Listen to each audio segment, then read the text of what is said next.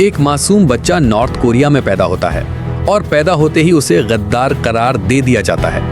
क्या ये मुमकिन है? नॉर्थ कोरिया में बिल्कुल मुमकिन है।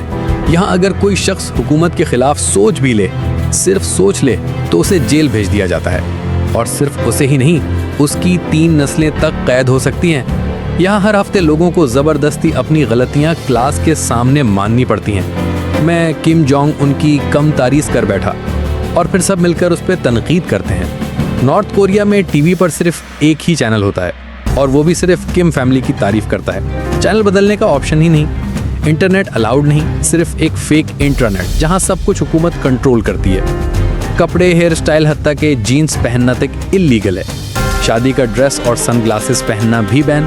और अगर किसी ने हॉलीवुड फिल्म देख ली तो सीधा लेबर कैंप। वोटिंग होती है लेकिन सिर्फ एक ही कैंडिडेट को, और अगर किसी ने वोट नहीं दिया तो गद्दार समझा जाता है। यहाँ साइकिल चलाने के लिए भी लाइसेंस चाहिए होता है और हर घर में किम इल सुंग और किम जोंग इल की तस्वीरें लगाना लाजमी है। रोज उन्हें साफ करना भी फर्ज है।